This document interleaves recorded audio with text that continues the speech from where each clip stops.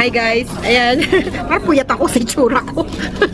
Okay lang yun, rational ba? Ayan guys, kasi magsa-surprise kami sa birthday ni Yan Yan ngayon. So nagkita kami dalawa ni Betsky galing trabaho. Ayan guys, so ito yung surprise namin. Ayan, birthday gift namin. Rush. At ito pa. Ayan, kung anong mangyayari. Ano kami mamaya? May plano kami at yung cake niya, ayan. Actually guys, wala siyang alam. Pero nahuli ako kanina. Nahuli niya ako kanina sa labas ng McDonald's, katapat ng bahay niya. Ang alam niya may kadate ako. Hindi niya alam ang hinihintay ko itong isang to. Kasi late. Buti na lang hindi kami nagsabay, kundi mabubuking talaga kami. Kasi ang usapan namin nga, yun nga, ipaplanuin namin ang paano namin siya ma-surprise ngayon. Kasi actually ang birthday niya bukas, Sabado. So ngayon Friday, bat na namin yung 12 midnight. So ito, ayun na, nag-trap na ako sa kanya na kunyari doon muna ako sa kanya dahil hindi pa dumating yung date ko. Kadate ko daw, may kadate pala ako. Ating gabi may kadate. Yan, so ayan na guys, punta na kami doon. Ayan, bye! Bye! Ayan guys, nasa likuran kami.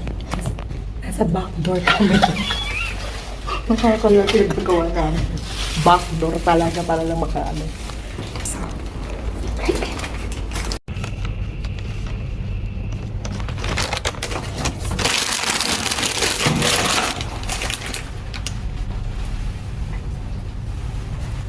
Ayan guys, nag-aantay kami. Text na kami, wala pa.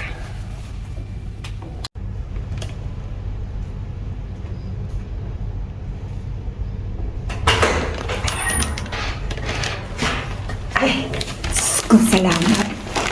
Halika, kasama ako. Halika. Happy birthday to you. Happy birthday to you. Happy birthday. Happy birthday. Happy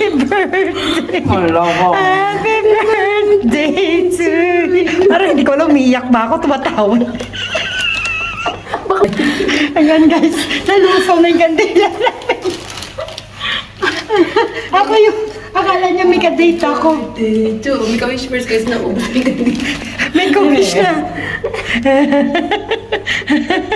Teka lang. Ay, magic ko pa rin siya.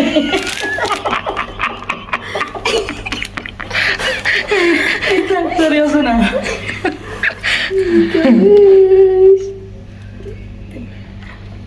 Yeah! Ay, kaya pala. Dinalayas ako. Nahuli ko siya. Gulat kaya pala, gulat na gulat. Yung tatarata ako mag-chat, hindi mo napansin.